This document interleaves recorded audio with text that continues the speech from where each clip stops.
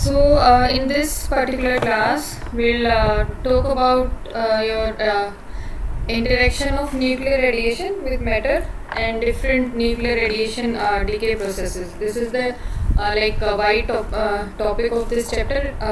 In this particular class, we'll talk about the interaction of your charged particle with matter.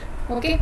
Now, what happened in this particular chapter, we will talk about the charged particle in the range of 0.1 to 5 mega electron volt. Okay. ऐसा ये range ही क्यों लिया है हमने, because हमारे जो radiation detector जो instrument होते हैं, ठीक है, उसमें जो होते हैं कि हमारा जो बिहेवियर है, ठीक है, उसका डिज़ाइन है, हम किस तरीके से उसका डिज़ाइन बनाते हैं और कैसे उसका बिहेवियर होगा, तो ये सब जो चीज़ें हैं वो आपका डिपेंड करता है आपके इंटरेक्शन मैकेनिज़्म पे, और किसका इंटरेक्शन मैकेनिज़्म, चार्ज पार्टिकल का, ठीक है, विथ सेंसिटिव मटेरियल। हमने कोई मटेरियल लिया हुआ है, उसके थ्रू हम चार्ज पार्टिकल्स जो हैं पास कराते हैं, तो उसका किस तरीके का बिहेवियर होगा, ठीक है। और ये जो चार्ज पार्टिकल है, यहाँ से फिर कुछ इलेक्ट्रॉन एमिट होंगे, या चार्ज पार्टिकल जो हमने पास किया था, उन सब पार्टिकल्स को, जितने भी चार्ज पार्टिकल अब इसके सराउंडिंग में होंगे, उसको डिटेक्टर जो है डिटेक्ट करता है, ठीक है। तब ये जो डिटेक्टर, ये जो डिवाइस हमने बनाया है जो कि इन सब चार्ज पार्टिकल को देखेगा, उसका बिहेवियर, उसका डिज़ाइन जो है वो डिपेंड करेगा आपने कितनी तो रेंज ली है एनर्जी की, ठीक है, energy range of your charge particle, ठीक है, और किस तरीके का आपने चार्ज पार्टिकल लिया है, ठीक है। चार्ज पार्टिकल किस तरीके का लिया है, किस तरीके का मतलब क्या है कि यहाँ पे हमने दो क्लासिफिकेशंस की हुई हैं, ठीक है। एक आपकी हैवी चार्ज पार्टिकल्स और एक आपके होते हैं लाइट चार्ज पार्टिकल्स, ठीक है। हैवी और लाइट मतलब उनके मास जो है, ठीक है। हैवी पार्टिकल्स में आते हैं आपके अल्फा पार्टिकल्स आते हैं, प्रोटॉन्स जो हैं वो हैवी पार्टिकल्स में आते हैं, और लाइट पार्टिकल्स में आपके आते हैं इलेक्ट्रॉन, पॉजिट्रॉन, एक्सरेज, ये सब जो हैं आपके लाइट पार्टिकल्स में आते हैं, ठीक है। और रेंज जो है हमने ली है यहाँ पे 0.1 to 5 mega electron volt, okay. क्योंकि ये जो पार्टिकल, ये जो चार्ज पार्टिकल है, इसी रेंज में जो है आपके अक्सर काम करते हैं। हमारे डिटेक्टर भी जो हैं वो इसी तरीके से हमने डिज़ाइन किए हुए हैं। क्यों?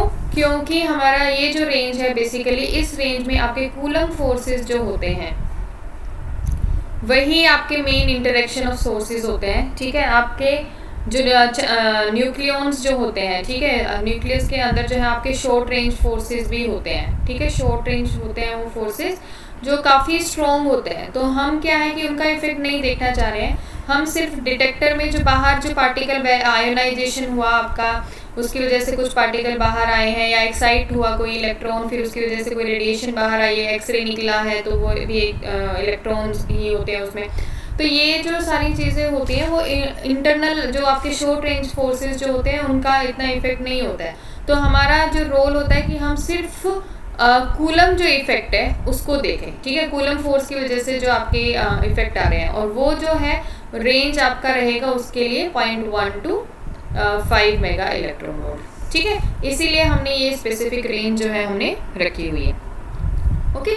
Now let us talk about interaction of heavy charge particle with matter, ठीक है। अभी मैंने कहा कि हमने पार्टिकल्स की भी दो क्लास डिफाइन की हुई हैं, एक हैवी और एक लाइट। तो हैवी चार्ज पार्टिकल्स में हमारे अल्फा पार्टिकल्स जो हैं आ जाते हैं, प्रोटॉन्स जो आ जाते हैं, और कोई और अदर हैवी आयंस जो हैं। और अदर हैवी आयंस क्या है कि आपने जैसे सोडियम है उसको आयोनाइज किया Na+, ठीक है, वो भी एक पॉजिटिव आयन की जैसे ट्रीट करेगा, और ये हैवी आयन हो जाएगा, क्योंकि इसमें Z की वैल्यू क्या हो जाएगी आपकी, सोडियम एटम की क्या होती है 11, एक इलेक्ट्रॉन अगर निकला है तो आपका Z जो है वो 10 हो सकता है, ठीक है। तो ये इस तरीके के जो पार्टिकल्स होते हैं, चार्ज पार्टिकल्स, उनको हम बोलते हैं हैवी चार्ज पार्टिकल्स। अल्फा हो गया, प्रोटॉन जो है, प्रोटॉन को भी हमने हैवी क्यों लिया हुआ है, क्योंकि इलेक्ट्रॉन से अगर हम कंपेयर करें या पॉजिट्रॉन से हम उसको कंपेयर करें तो उसका मास जो है, प्रोटॉन का मास काफ़ी ज़्यादा होता है, ठीक है, इलेक्ट्रॉन के कंपैरिजन में, तो हम उसको हैवी चार्ज पार्टिकल की क्लास में रखते हैं, ठीक है। तो अब होता क्या है कि जैसे ही आपके ये जो चार्ज पार्टिकल्स जो हैं जाएंगे किसी मटेरियल से, तो मटेरियल जो है इन रेडिएशंस को अब्जॉर्ब करेगा, और उसकी वजह से क्या होगा कि आपका या तो जो इलेक्ट्रॉन जो है इस मटेरियल के जो एटम्स हैं उसमें वो हायर एक्साइटेड स्टेट में जा सकता है, ठीक है, मतलब उसका एक्साइटेशन हो सकता है इलेक्ट्रॉन का, या फिर एटम का आयोनाइजेशन हो सकता है, डिपेंडिंग ऑन द एनर्जी। आपने ये जो यहाँ पे रे जो पास कर रहे हो उसकी एनर्जी कितनी है। अगर वो इतनी सफिशिएंट है कि इलेक्ट्रॉन को बिल्कुल ही नॉकआउट कर दे, तो वो आपका एटम का क्या आयोनाइजेशन कर देगा। कई बार ऐसा होगा कि वो सिर्फ एक्साइटेशन ही करेगा कि एक लोअर एनर्जी लेवल से हायर एनर्जी स्टेट में उसको पहुंचा दिया, तो उसको हम बोलते हैं एक्साइटेशन। ठीक है, तो एक्साइटेशन हो या आयोनाइजेशन हो, इसमें से दो चीज़ों में से कोई एक चीज़ ज़रूर होगी। जब आपका जो हैवी चार्ज पार्टिकल है इस किसी मटेरियल के थ्रू जाएगा, जिसको उस मटेरियल के थ्रू जिसके थ्रू वो पास हो रहा है उसको हम बोलते हैं एब्जॉर्बर। तो आपके एब्जॉर्बर जो है उसका इलेक्ट्रॉन जो है या तो एक्साइटेड स्टेट में पहुंचेगा, या वो एब्जॉर्बर के जो एटम है वो आयोनाइज हो जाएंगे।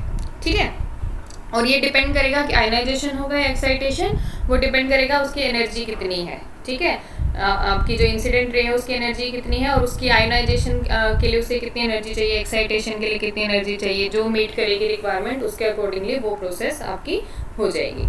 नाउ लेट अस अब इसमें यहाँ पे एनर्जी लॉस जो है कैलकुलेट करते हैं हम, calculation of energy loss of heavy charge particles in matter. कि हैवी चार्ज पार्टिकल हमने लिया, हम उसको किसी मटेरियल पे किसी मैटर पे इंसिडेंट कर रहे हैं, तो उसकी एनर्जी लॉस कितनी होगी वो अब हम यहाँ पर देखेंगे। तो इसमें सबसे पहले हम कंसिडर करते हैं कि आपका जो कोलिजन जो है, ठीक है, आपका हैवी चार्ज पार्टिकल सपोज आया, अल्फा पार्टिकल आपने एज्यूम किया जिसका चार्ज आपने लिया सपोज ZE। ठीक है, Z यहाँ पे हो गया 2। ओके, और यहाँ पे ये कोई एब्जॉर्बर का एटम रखा हुआ है, उसका सपोज आपने कैपिटल Z जो है चार्ज ले लिया, तो उसके ऊपर टोटल चार्ज हो गया वो ZE हो गया। तो इन दोनों के बीच में जो है कूलम फोर्स लगेगा। ठीक है, ये तो सिंपल सी बात है। अब हम मान के चलते हैं कि ये कोलिजन जो होएगा, ठीक है, वो इलास्टिक कोलिजन नहीं है। इलास्टिक कोलिजन नहीं है। इलास्टिक कोलिजन का मतलब क्या होता है कि दो बॉल के जैसे एक दूसरे के सामने वो टकराए, हेड ऑन कोलिजन टाइप जैसे हुआ, और ये इधर बैक बाउंस करके इधर बैक बाउंस हो, एनर्जी का कोई एक्सचेंज नहीं हुआ। जहाँ पे नो एक्सचेंज ऑफ एनर्जी होता है, नो एक्सचेंज ऑफ एनर्जी, तो उसमें क्या होता है, उस तरीके के जो कोलिजन होते हैं उनको हम इलास्टिक कोलिजन बोलते हैं। लेकिन यहाँ पे तो एक्सचेंज ऑफ एनर्जी हो रहा है, तो ये जो कोलिजन होते हैं these are inelastic collision. ठीक है, इन इलास्टिक कोलिजन आपने कंसीडर करना है जब आप इंटरेक्शन देख रहे हो एक हैवी चार्ज पार्टिकल की विद मैटर। ठीक है, अब होता क्या है कि आपका हैवी चार्ज पार्टिकल जो है एटम के ऊपर या एब्जॉर्बर के ऊपर इंसिडेंट हुआ, तो जिस डायरेक्शन में वो इंसिडेंट हुआ उसके पैरेलल जो डायरेक्शन होगी, उस डायरेक्शन में जो फोर्स है और उसका इफेक्ट, मतलब dt टाइम के लिए आपने देखा तो फोर्स इनटू टाइम जो होता है उसको हम बोलते हैं इम्पल्स।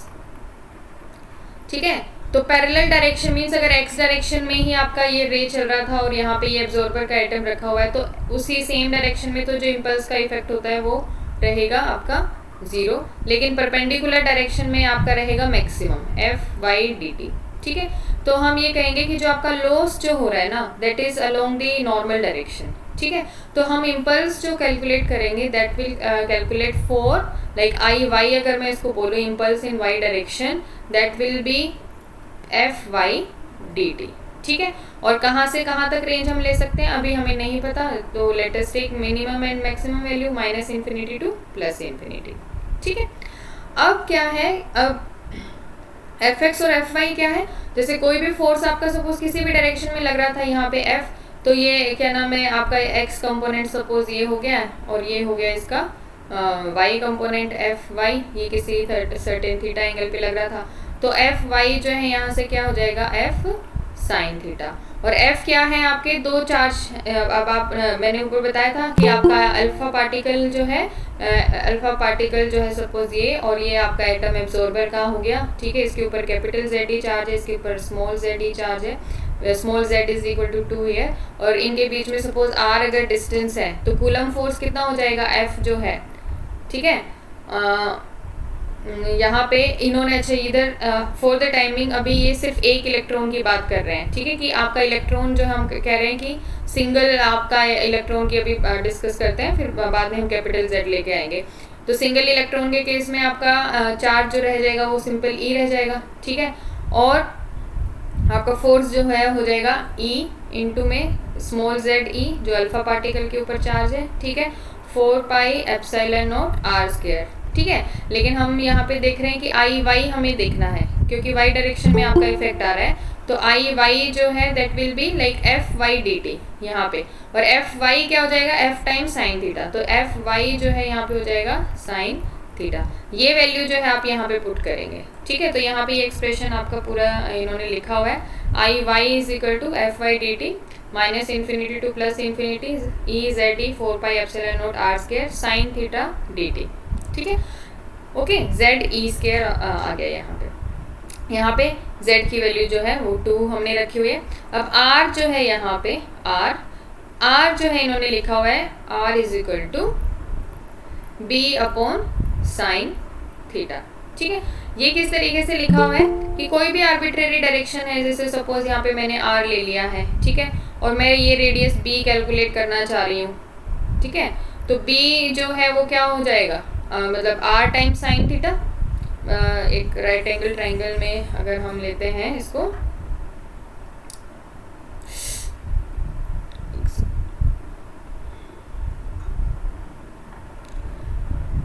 ऐसे होता है, ठीक है।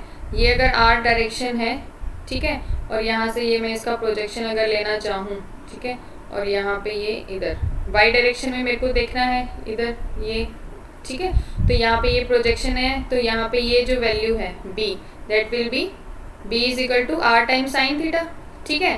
तो यहाँ से r की जो वैल्यू है वो हम लिख सकते हैं b अपॉन साइन थीटा। तो ये वैल्यू जो है r is equal to b over sine theta यहाँ पे हम इसमें रखेंगे, इस एक्सप्रेशन में। अलोंग विद दिस फिर यहाँ से x is equal to minus V T होता है, ये हमें पता है, distance velocity is displacement over time, ठीक है। तो x अगर हम डिस्प्लेसमेंट चल रहे हैं और v वेलोसिटी है, t टाइम है, तो उसको हम यहाँ पे इन्होंने इधर लिख दिया b कोट थीटा, ठीक है। तो यहाँ से dt अगर हम लेना चाहें तो dt क्या हो जाएगा, जैसे t x is equal to minus V T, ठीक है, और this is equal to your b cot theta, ठीक है। तो t जो है यहाँ से क्या हो जाएगा, माइनस ये v, ठीक है। तो dt आप लेना चाहेंगे, ठीक है, तो ये क्या हो जाएगा, b बाई बी कोसिकेंड का माइनस कोसिकेंड स्क्वायर थीटा, ठीक है, और ये हो जाएगा आपका d थीटा। तो ये dt की वैल्यू जो है यहाँ पे आप पुट करेंगे इधर dt की वैल्यू, ओके, और r की वैल्यू जो है b अपॉन साइन थीटा आप यहाँ पुट करेंगे, तो आई वाई जो एक्सप्रेशन है आपका पूरा सिर्फ थीटा की टर्म्स में रह जाएगा, ठीक है। तो Z E square, okay, sine cube theta cosecant square theta 4 pi epsilon naught B square. ये साइन क्यूब थीटा कहाँ से आ गया, ये वाला जो था, ये अपॉन में आर स्क्वायर था ना, तो ऊपर जाके साइन स्क्वायर थीटा होगा, और एक साइन थीटा यहाँ पे ऑलरेडी था, तो ये साइन क्यूब थीटा हो गया, और ये इधर से dt की वैल्यू जो हमने एक्सप्रेशन में रखी b upon V D theta. बाकी सारी जो कॉन्स्टेंट टर्म्स में बाहर लिया है Z E square 4 pi epsilon naught B V, ये b से b कैंसिल होके B V 0 two pi sine theta D theta. अब देखो यहाँ पे लिमिट भी चेंज हो गई है, ठीक है। अकॉर्डिंगली पहले x की लिमिट माइनस इन्फिनिटी से प्लस इन्फिनिटी, x की वैल्यू माइनस इन्फिनिटी रखोगे तो यहाँ पे थीटा की वैल्यू क्या रहेगी, ठीक है, 0, और अगर आप x की वैल्यू प्लस इन्फिनिटी रखोगे तो यहाँ पे थीटा की वैल्यू जो क्या हो जाएगी यहाँ पे पाई, ओके। तो लिमिट आप ये रखोगे, इसका इंटीग्रेशन आप करेंगे तो फाइनली आपके पास आई वाई का जो एक्सप्रेशन है impulse in Y direction that will come out to be Z E square upon 2 pi epsilon naught B V, ठीक है, ओके। अब यहाँ पे ये 2 से 2 कैंसिल हो जाएगी, इस इंटीग्रेशन की वैल्यू आएगी 2, तो यहाँ पे ये डिनोमिनेटर में 2 रह जाएगा। अब ये b जो है ना डिस्टेंस, ये b आपको समझना, अभी मैं आगे समझाऊंगी क्या चीज़ है। तो अब यहाँ पे b जो वेलोसिटी है वो आउटसाइड इंटीग्रेशन हमने ली है, क्योंकि जो इसका जो बिहेवियर है, ठीक है, that is independent of your like theta, ठीक है, तो ये चेंज नहीं होती है, ओके। तो इसको हम जो चेंज जो है उसमें बहुत ही नेग्लिजिबल स्मॉल है, ठीक है, तो उसको ऐसे कॉन्सेंट्रेट करके इसको बाहर जो है b रख लेंगे, ओके। अब आपका जो मोमेंटम ट्रांसफर हुआ है इलेक्ट्रॉन का वो हमने देखा कि p जो है, अच्छा, अब ये आई वाई जो है इम्पल्स जो होता है उसको हम मोमेंटम भी बुला सकते हैं कि कितना मोमेंटम आपका ट्रांसफर हुआ, कैसे, जैसे आपके 2 कोलिजन हुए बिल्कुल एक दूसरे के सामने, तो वो क्या होता है कि आपका कितना फोर्स लगा कितने टाइम में, दैट इज योर इम्पल्स, ठीक है, इसको हम आई बुलाते हैं। और कितना ही आपका मोमेंटम जो है एक पार्टिकल से दूसरे पार्टिकल में ट्रांसफर होगा, that means basically your impulse only. ठीक है, तो आपका हम यहाँ इस केस में बोल सकते हैं कि जो आपका मोमेंटम ट्रांसफर हुआ from this heavy charge particle to this matter या absorber, that is basically your impulse in Y direction only.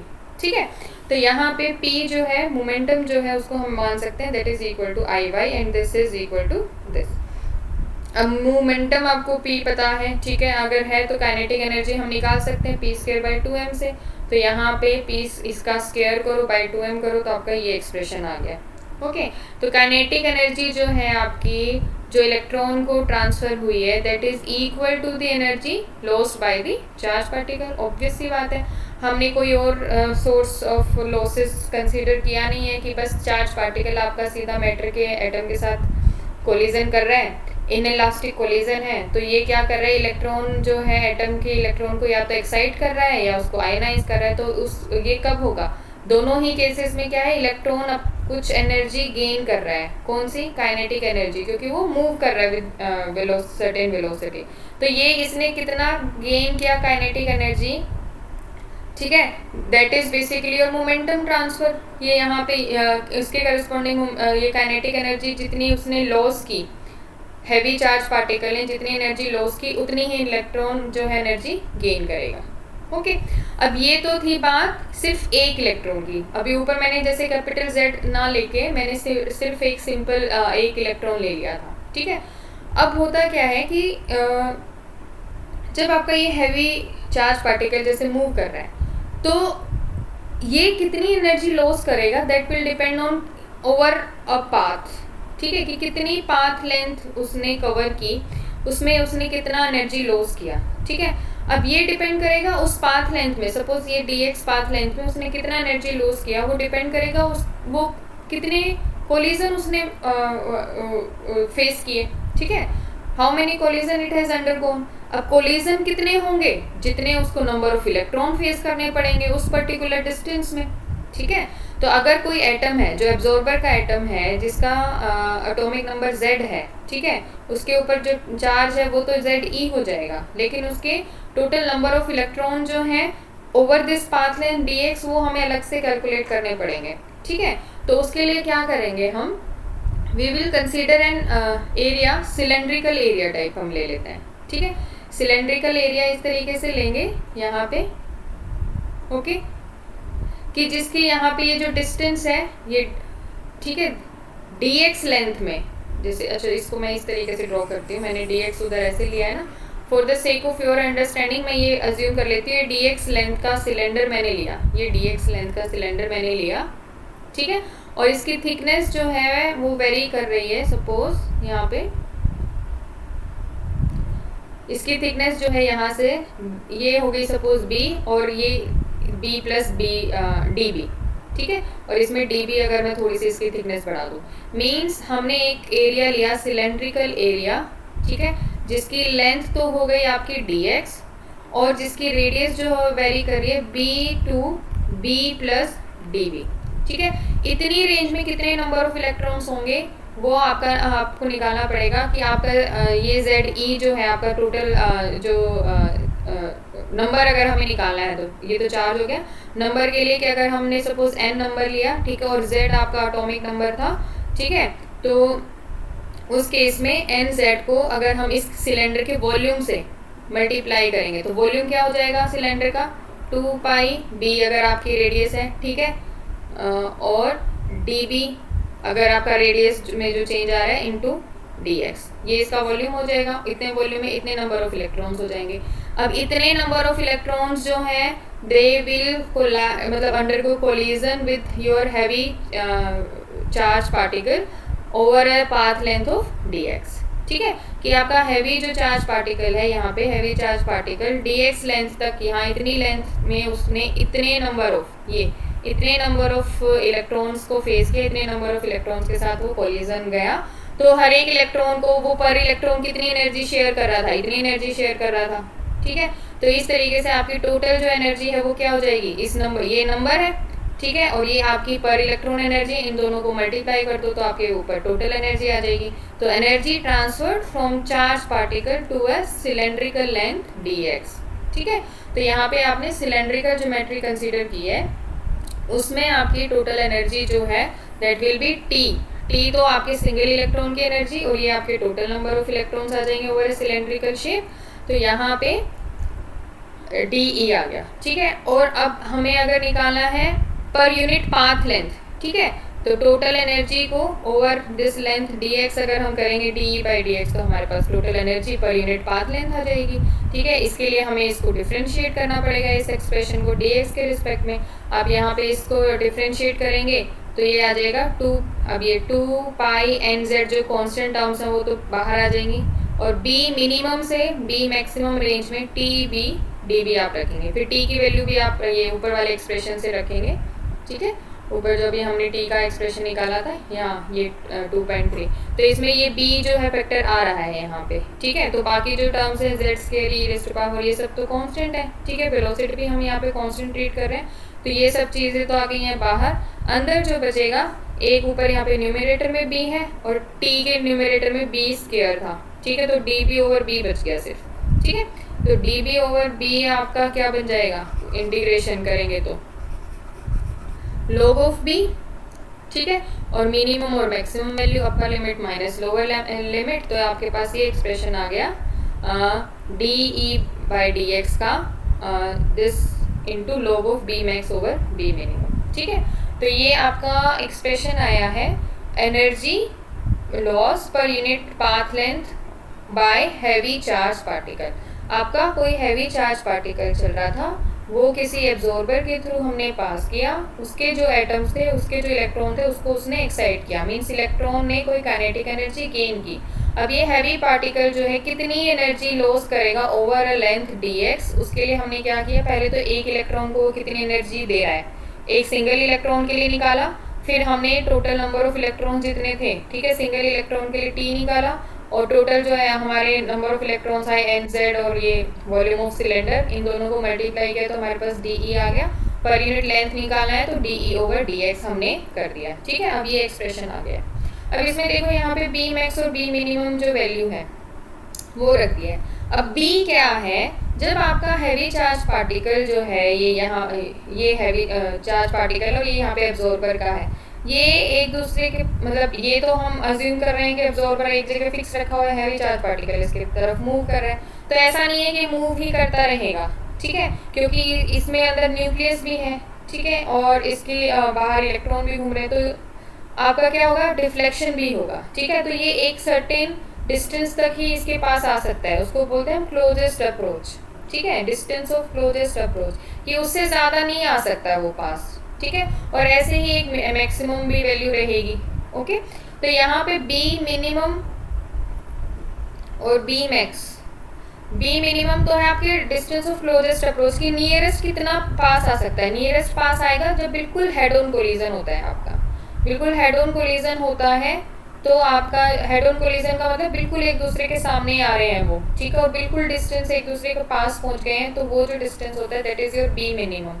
ऐसे ही बी मैक्सिमम होता है। अब बी मिनिमम जो एनर्जी डिस्टेंस जो होता है वो डिपेंड करता है आपकी काइनेटिक एनर्जी पे। इस हैवी चार्ज पार्टिकल की जितनी ज़्यादा काइनेटिक एनर्जी होगी, ये जितनी मैक्सिमम होगी, आपका मिनिमम बी की वैल्यू उतनी ही मिनिमम होगी। मतलब है ना कि उसके पास उतना ही ज़्यादा ताकत होगी, जिसके पास जितनी ज़्यादा एनर्जी हो उतनी ताकत से उसके पास जा सकता है, तो वो उतना ही बी मिनिमम वैल्यू जो है अटेन कर सकता है। तो टी मैक्स के करस्पॉन्डिंग जो वैल्यू होगी वो तो होगी बी मिनिमम।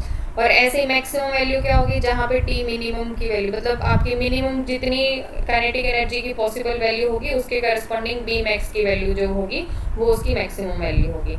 ये इन्फिनिटी और ज़ीरो नहीं हो सकती। ठीक है, क्योंकि अगर आप ज़ीरो इसको ले रहे हो तो इसका मतलब बिल्कुल इसके पास आके पहुंच रहा है, बिल्कुल इसके न्यूक्लियस के अंदर जा रहा है, दैट इज़ नॉट पॉसिबल। यहाँ पे भी देख सकते हो, अगर बी मिनिमम की वैल्यू आपने यहाँ पे ज़ीरो रख दी तो ये कितना हो गया कि इन्फिनिटी, मतलब वो उसको infinite amount of energy supply कर रहा है। ठीक है, तो ये चीज़ तो पॉसिबल नहीं है। या फिर इसको ज़ीरो ना करके बी मैक्स को आप इन्फिनिटी रख रहे हो, ठीक है, हम मान लेते हैं भाई चलो बी मिनिमम, तो हमने कोई क्लोजेस्ट अप्रोच का कोई फाइनाइट वैल्यू निकाली, इसकी वैल्यू इन्फिनिटी रख देते हैं, तो वही log infinity is your infinity, log 0 तो फिर भी 1 होता है। ठीक है, तो यहाँ पे हम बी मैक्स की वैल्यू इन्फिनिटी नहीं ले सकते, ऐसे ही सिमिलरली बी मिनिमम की भी 0 वैल्यू पॉसिबल नहीं है कि वो बिल्कुल उसके अंदर चला गया। ठीक है, तो यहाँ पे हमें एक अप्रोक्सीमेशन निकालना पड़ेगा कि बी मिनिमम की वैल्यू कितनी है हो सकती है पॉसिबल, और बी मैक्स की वैल्यू कितनी पॉसिबल हो सकती है। ये अप्रोक्सीमेट वैल्यू हम इस फैक्टर से निकाल रहे हैं कि भाई उसकी मिनिमम वैल्यू वो तब अटेन कर सकता है जब उसकी काइनेटिक एनर्जी मैक्सिमम होगी, मतलब हैवी चार्ज पार्टिकल की मैक्सिमम काइनेटिक एनर्जी जो पॉसिबल है उसके करस्पॉन्डिंग हेड ऑन कोलिजन की सिचुएशन में जो डिस्टेंस ऑफ क्लोजेस्ट अप्रोच होगा that will be the B minimum value, and vice versa कि उसकी जो मिनिमम वैल्यू होगी उसके करस्पॉन्डिंग जो डिस्टेंस होगा अप्रोच का that is your B max. तो इस फैक्टर को लेते हुए हम अगर बी मिनिमम की वैल्यू कैलकुलेट करें, तो बी मिनिमम की वैल्यू कैलकुलेट करने के लिए मैंने माना कि हेड ऑन कोलिजन होता है, तो हेड ऑन कोलिजन में जो वेलोसिटी होती है वो मैक्सिमम होती है, और वो वेलोसिटी हो सकती है आपकी 2v। ठीक है, ओके, तो मैक्सिमम काइनेटिक एनर्जी जो है नॉन रिलेटिविस्टिक केस में हम ये अज्यूम कर सकते हैं, तो यहाँ पे काइनेटिक एनर्जी जो है मैक्सिमम वैल्यू 2v हम रख देंगे, तो ये 2mv² आ जाएगा। ठीक है, 2mv² काइनेटिक एनर्जी हम रखेंगे अगर इस इक्वेशन में 2.3 जो हमने ऊपर t का एक्सप्रेशन निकाला है यहाँ पे ये, ठीक है, ये जो t का एक्सप्रेशन हमने निकाला इसको मैं कह रही हूँ t max, and that is equal to your आ गया 1/2 m और 2v की वैल्यू। ठीक है, तो ये आपका आ गया था 2mv²। ठीक है, 2mv², ये वैल्यू आप इसके इक्वल रखेंगे तो यहाँ से b की वैल्यू जो है यहाँ पे इसको b मिनिमम आप रखेंगे तो आपका एक्सप्रेशन आ जाएगा। यहाँ पे हम कर लेते हैं, चलो इसको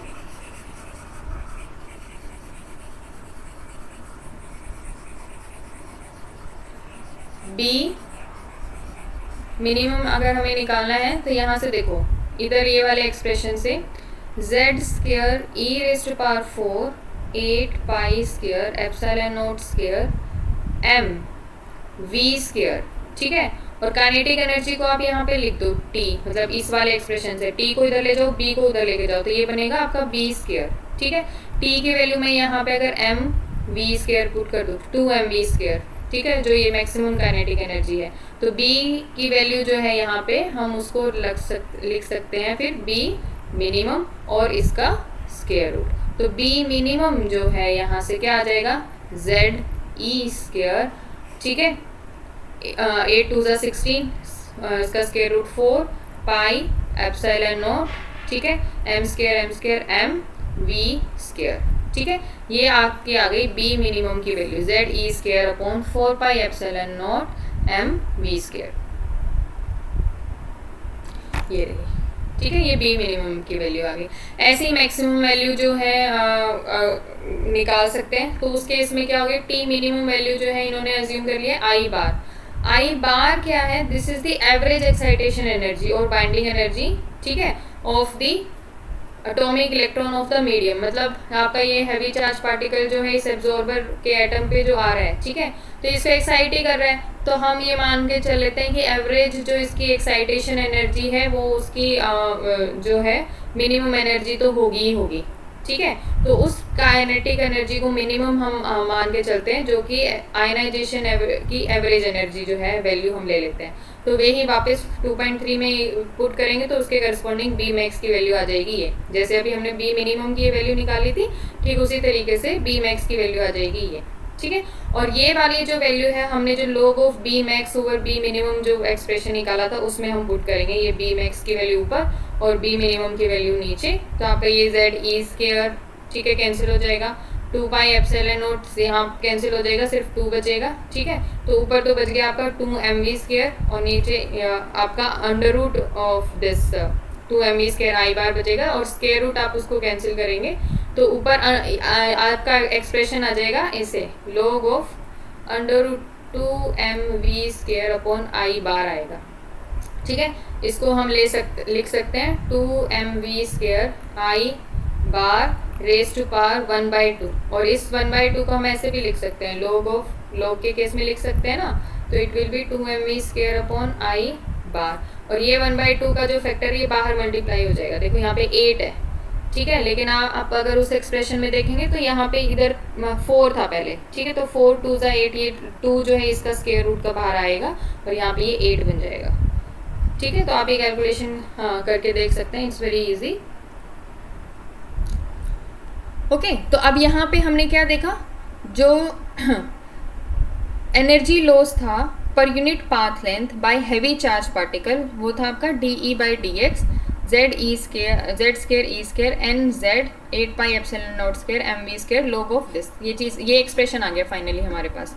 अब इस एक्सप्रेशन में आप देखेंगे कि ये जो है, ये जो एनर्जी लॉस है बाय हैवी चार्ज पार्टिकल, या ये कहें कि एब्जॉर्बर ने कितनी एनर्जी एब्जॉर्ब की from your heavy charge particle, that is proportional to Z square upon T. अब z क्या है, आपका हैवी पार्टिकल का जो चार्ज था, स्मॉल z दैट वाज 2, और कैपिटल Z क्या था, आपका एब्जॉर्बर जो एटम था उसका चार्ज था। ठीक है, तो ये इन दोनों के चार्ज पे डिपेंड करता है। ओके, ठीक है, तो एक कंक्लूजन तो हमने ये निकाला है। दूसरा है, अगर आपका जो है हैवी आयन जो है उस काइनेटिक एनर्जी जो है T के ऊपर डिपेंड कर रहा है। ठीक है, अब काइनेटिक एनर्जी जो है वो आपकी हैवी आयन, ठीक है, के लिए लार्ज होगी as compare to your lighter ion. ठीक है, क्यों, काइनेटिक एनर्जी क्या होती है, T हाफ mv स्क्वायर के प्रोपोर्शनल होती है। हैवी के केस में m की वैल्यू ज़्यादा हो गई, लाइट के केस में m की वैल्यू कम हो गई, तो काइनेटिक एनर्जी जिसकी ज़्यादा है उस केस में क्या है, आपका ये जो लॉस है वो क्या हो जाएगा, ज़्यादा हो जाएगा।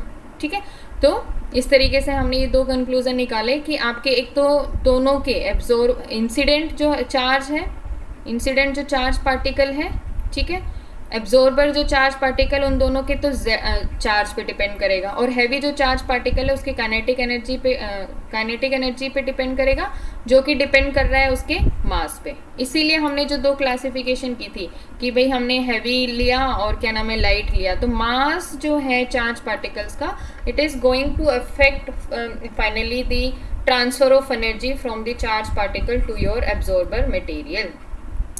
ठीक है, तो इसलिए हम इन दोनों को अलग अलग क्लासेस में स्टडी करते हैं कि हैवी का अलग हमने बना लिया और लाइट का हमने अलग बना लिया। ठीक है, फिर ये केस था नॉन रिलेटिविस्टिक के केस में। ठीक है, यहाँ पे आपके this is beyond your scope, तो यहाँ पे इन्होंने डायरेक्ट एक एक्सप्रेशन दे दिया कि अगर हम रिलेटिविस्टिक इफेक्ट भी लेके चलेंगे तो एक एडिशनल फैक्टर और यहाँ पे आ जाएगा। तो जो एक्चुअल जो आपका एक्सप्रेशन है एनर्जी लॉस का वो ये है। ठीक है, so that is not a big deal. तो आप अपना ये जो यहाँ तक का जो एक्सप्रेशन है सिर्फ वहीं तक करेंगे। Okay, so this was all about your energy loss of heavy charge particle, या फिर कहें कि कैलकुलेशन ऑफ एनर्जी लॉस, ठीक है, of heavy charge particle in matter. ठीक है, तो आपके मैटर में एक कोई हैवी चार्ज पार्टिकल हमने पास किया तो वो किस तरीके से अपनी एनर्जी लूज करेगा, किस किस फैक्टर पे डिपेंड करेगा, वो हमने इस लेक्चर में देखा। ओके